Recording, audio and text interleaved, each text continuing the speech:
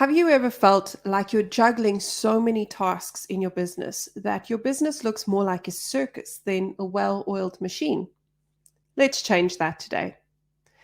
The issue is simple yet crippling. As entrepreneurs, we often suffer from I can do it all syndrome. You're juggling marketing, operations, accounting, like you're in the world juggling championships. And let's be real, you're dropping some balls. Hi, I'm Odette. I am your go to international business growth strategist. And today we're going to dive deep into the art of strategic delegation. No, it's not just about offloading tasks, it's about building a powerhouse team that multiplies your effectiveness. I'm going to share with you 5 unique techniques and tips that you can implement in your business today to be more effective in your delegation. First off, the task triage technique, or triple T. Identify tasks that only you can do and then delegate the rest. If you were a culinary genius, only you would create those secret sauce recipes. Bookkeeping, that can go to someone else. For example, think of the top Michelin star restaurant. That chef is not peeling potatoes. They're orchestrating the culinary experience. Next, emotional intelligence in delegation. Consider the strengths and weaknesses of your team members. Delegation is not dumping, it's about empowerment. You wouldn't give the meticulous accounting job to the flamboyant marketing head, right? I hope not. You know your team, so make sure that the task fits the talent. One of my favorite techniques is called the timed milestone method. You set timed milestones to gauge the effectiveness of your delegation strategy. Nothing complex, just a simple metric that reveals whether or not delegation is working. Think of it as the compass and the map to your delegation journey. It's how you know you're heading in the right direction and making good time. So, what are timed milestones? A timed milestone is a specific measurable goal that you set to assess the performance of a task or a responsibility that you have delegated. These are not just vague or abstract, they should be definitive markers like achieving a 10% increase in sales in 2 months or reducing customer complaints by 15% within 3 weeks. So, why time? Adding time factor creates a burning platform. It creates urgency and focus. A task without a deadline can easily become a task that just never gets done. Timing adds accountability, making it a tangible metric for both you and the person that you're delegating to. So here's how it works. Before delegating a task, clearly outline what success looks like.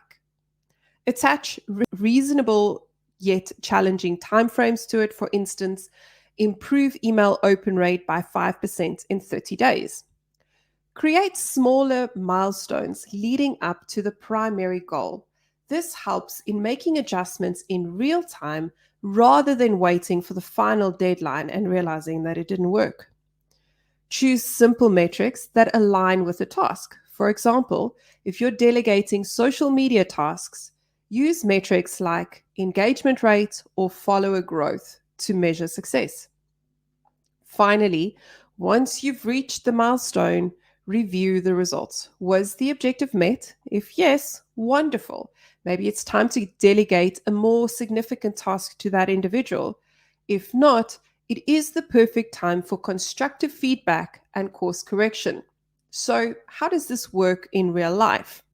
Let's say you've delegated customer service to a team member and you've set the timed milestone of reducing first time to customer queries from 24 hours to 12 hours within a month. In the first week, you are going to measure the initial average response time. In week 2, you are going to change and measure again. In week 3, you will continue to tweak and measure. And finally, in week 4, you will do your final measurement. If the team member hits or surpasses the milestone It's a clear indication that your delegation strategy is effective. I often get asked the question, why does this method work? Here's the thing. In the sea of business, it is really easy to lose sight of what's working and what's not. Timed milestones act as a lighthouse that guides you and your team to successful task completion. It aligns everyone's compass towards the same true north, achieving business objectives through effective delegation. For example, delegating customer service queries and see a 20% increase in customer satisfaction within a month. Now, that is a win. The fourth strategy is the feedback loop system. Create a feedback mechanism for both you and your team to communicate openly.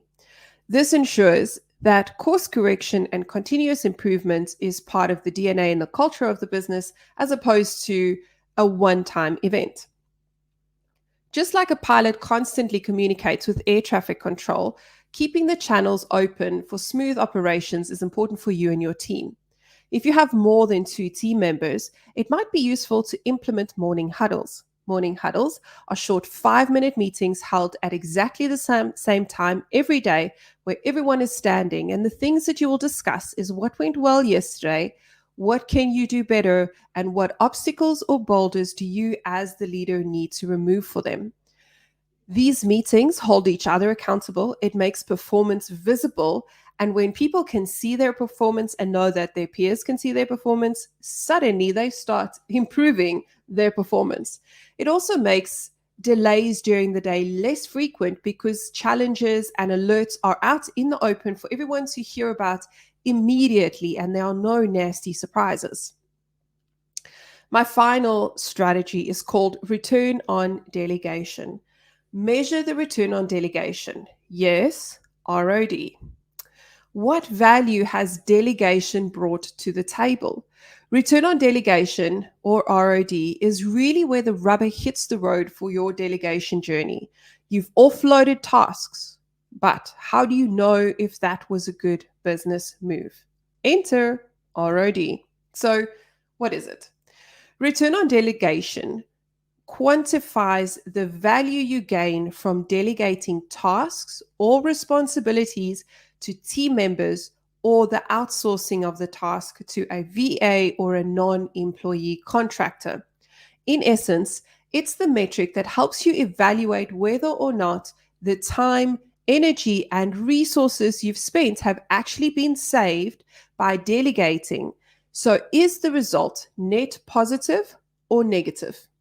ROD isn't just about measuring how well the task is completed, it's about understanding the broader and often intangible benefits of freeing yourself up to focus on more critical areas of the business. It allows you to work on your business as opposed to in your business. So there are 5 components that you need to be aware of. The first is time saved. How much time did you save by not doing the task yourself? Time, after all, is money. Next is the quality of output. What quality of work was done, and was it to the standard that you requested or even better? Resource optimization. Did delegation help you utilize your resources more effectively? Team skill enhancements. Has the delegation process contributed to the skills growth in your team? Or business impact. Did the delegation contribute to a measurable business metric like increased sales or customer satisfaction? Now, I hear you. You're saying, Odette, these are all great, but how do you actually calculate this ROD thing that you're talking about? I am so happy you asked. There isn't a one-size-fits-all calculation, but there is a simple one that I can share with you today. ROD is calculated as the value of outcome, take away the cost of delegation divided by the cost of delegation. Value of outcome is the amalgamation of the various components mentioned above. So converting them into monetary terms for the sake of the equation. A practical example, let's say that you've delegated your social media management to an expert and paid $1,000, let's make it $1,000 a month. Before you spent 10 hours a week, so that was 40 hours a month on doing it yourself. Now, let's say that your time is worth $50 an hour. So, time saved is 40 hours times $50 an hour, which is $2,000. The output quality has been higher engagement, and let's say that the quality equals to $500 of value.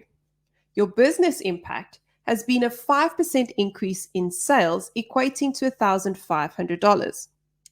So the value of output is $2,000 plus the $500 in quality plus the $1,500 in sales, which is $4,000. So your return on delegation is the $4,000 that you've made, take away the $1,000 that you've paid, divided by the $1,000 gives you an ROD of 3, which means you have gained 3 times the value compared to the cost of delegation. Now that is an incredible ROD. So why does it matter? ROD provides you with a lens to evaluate the success of your delegation strategy. A positive ROD is your validation that you're not just tossing tasks to others, but that you are strategically aligning your business for growth and efficiency. A negative ROD, that's a sign that you need to reevaluate or tweak your delegation process. Well, there you have it. That's a wrap on our turbocharged lesson of strategic delegation. If you're not delegating yet, you're just making things harder. Hit that like button if this video has added value to your life, and don't forget to subscribe for more high-octane business strategies. If you've got a friend who's struggling to juggle it all, do them a favor and share this video. Until next time, evaluate your business and elevate it by delegating smartly.